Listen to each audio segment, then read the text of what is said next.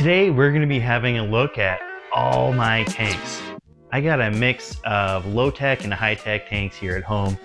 We're also going to be looking at a few of my favorite tanks for my clients, my aquarium cleaning business, so some of the tanks I've set up over the past year.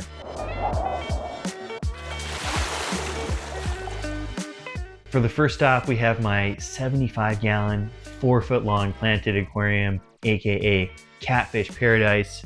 I got tons of sand in here for the about 24 Kuhli catfish. They're mostly con colors, and then maybe about half a dozen high-fin Venezuelan Kuhlis. They're both really fun fish. The con colors do spend a lot more time out. And then I have some whiptail catfish in here. They're really fun fish. They look the same sometimes, and then this other one will like change color. It'll get all white, kind of frisky, I think, when I throw food in. I'm not really sure what that's about, but it's super cool. It can change color like in the blink of an eye. And then in terms of like non-bottom dwelling fish, there are about 20 glow light danios, not to be confused with glow danios like the GMO fish. These are our all natural variety, really pretty fish that stick together really close in a tight school, especially when the tank is like ramping up and down, sunrise, sunset mode. The danios really stick together. They lay eggs sometimes. I've seen a few of them hatch. Also have Kubotai Raspor. They're really fun outgoing fish, not really as personable or like what I think of as smart, I guess, like as the danios.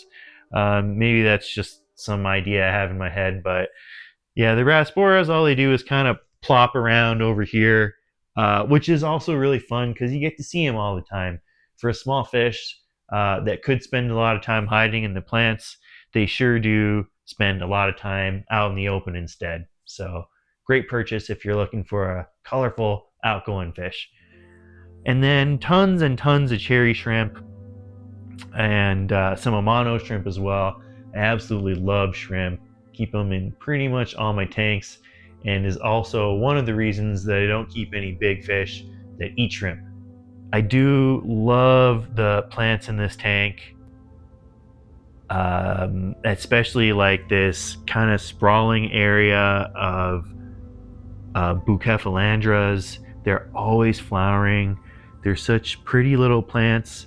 The closer you look, the more detail you see. Like there's tons of little white spots on the leaves, and the new ones come in looking really red, and as they grow older they get green and then like a dark blue almost. Such a pretty plant. I really did make an effort though not to overdo it with plants. This is such a cool hardscape. I love this chunk of wood, ponderosa pine that I found myself. Really gorgeous chunk of wood. So much texture. There's lots of little holes that the shrimp hang out in, and then like the ridges along the wood. I've never collected a piece of wood like this or seen one in a store. Super cool. And then one last thing that I love about this tank are the plants that grow out of the top. When I set this tank up, that really wasn't like something I had in mind. It just kind of happened that way. I had all this Hygrophila pinnatophyta growing around the top, and then it just slowly emerged, which did actually impact the health of the lower growing ones underwater because it blocked out all the light. And I guess they put their energy above water if that's an option. Regardless, really fun. Then I also have some Bacopa here that's emerging, and that flowers from time to time, these little purple flowers above water. Really cool. All right, let's check out my next tank. Just around the corner, we got my 45-gallon tank. I love this one for completely different reasons. I've put a lot of time into like getting this tank up and going. I bought it from a coworker years ago and it sat around. And then when I started looking at it, I realized like the seals were shot. The stand wasn't really sturdy. But I was just really drawn to the shape of this tank. It's not one that you find in stores anymore. So I ended up building a stand for it, building a canopy for it. Now, also I resealed the tank, just put a ton of effort into it. When I first set this tank up, it was like really geared towards a high-tech layout. There was basically no floating plants up top, and the light just blasted in there. Um, Lots of red colors. It was really cool looking. Not that it isn't now, but I've decided to give up a lot of that like high tech kind of colors and appearance to benefit the fish. So I ended up getting some Gertrude's rainbows, which they're not like the most sensitive fish, but they are a dwarf rainbow, which is also not like the hardiest fish. So I decided to cut back a little bit on the light and the fertilizer, throwing a ton of floating plants in there and just letting this jungle take over. Some other fish that I have in here are the Kuhli loaches. I freaking love these Kuhli loaches. Have about 15 or so of them in here. They can be found anywhere in this tank, from like scuttling along under the leaves, through these little rock cracks, Kuhli Castle, and then even like up towards the very top, they'll just burrow and chamber their way through these plants.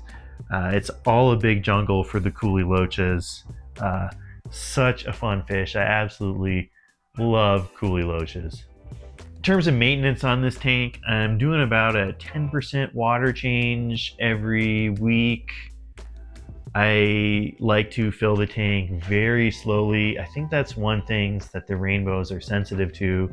This is my Stargate tank, P3X 5009er.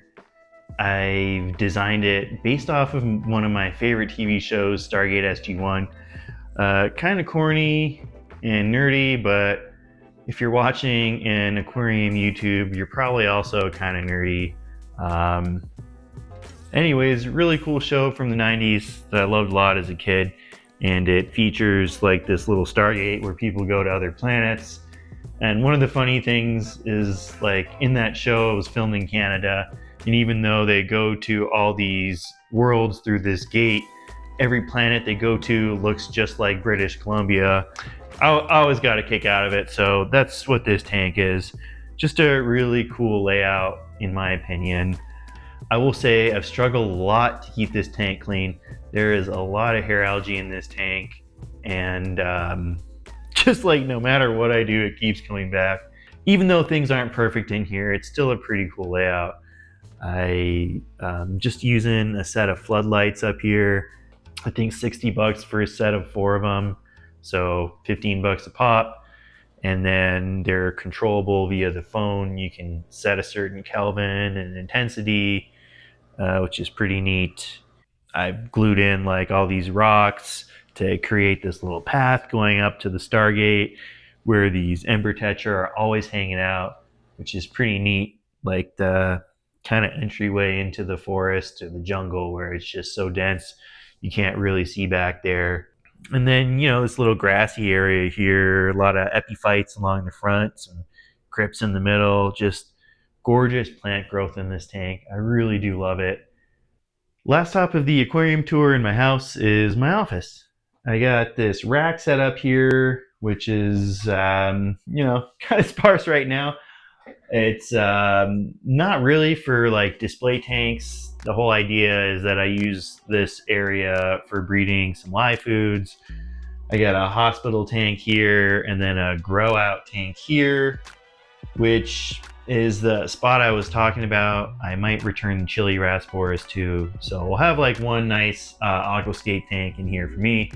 And then this tank here is something that's for sale. And now looking at some of my client tanks, this one is a awesome 90 tall, ordered from Custom Aquariums. The cabinetry and glasswork, everything about it is just so crisp and perfect. You spend a lot on these tanks, but they really are slick. This tank was set up for a couple years, and then the tank owner recently moved house, so this new version has been set up for a few months, still filling in a bit. Absolutely gorgeous community tank with tons of different tetras and rasboras, danios, cories, all a bunch of really peaceful fish, really lush vegetation. In a few more months, this thing's going to be even more densely grown in. This chunk of wood's really cool. It's been burned from a fire nearby where the tank owner used to live. His home almost burned down from the same fire that charred this piece of wood up, so it's got some sentimental value to him as well.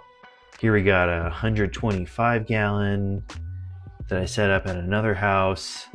This was an upgrade from a 65 gallon, one of my first clients. This tank also features a ton of community fish, red-eye tetras, glow tetras, cardinals, harlequin rasboras, plecos, cories, and then one angel boss for the tank. It's a kind of low energy system running a few night crews and small canister filters. There are a ton of floating plants that really help kind of maintain an even balance in this tank and prevent a ton of algae from growing everywhere. And then a couple forest tanks. This one is a 40 gallon, also one of the first tanks that I had set up for my business. Tons of awesome plant growth, little field on the left, and then a forest, jungly forest area on the right. I love the sand bed, the little pebbles, how it kind of ties in with moss to all of this Anubias and Bucephalandras. Such lush growth. And then another forest tank, a 75 gallon. This one's got a little bit of a mountain backdrop to it.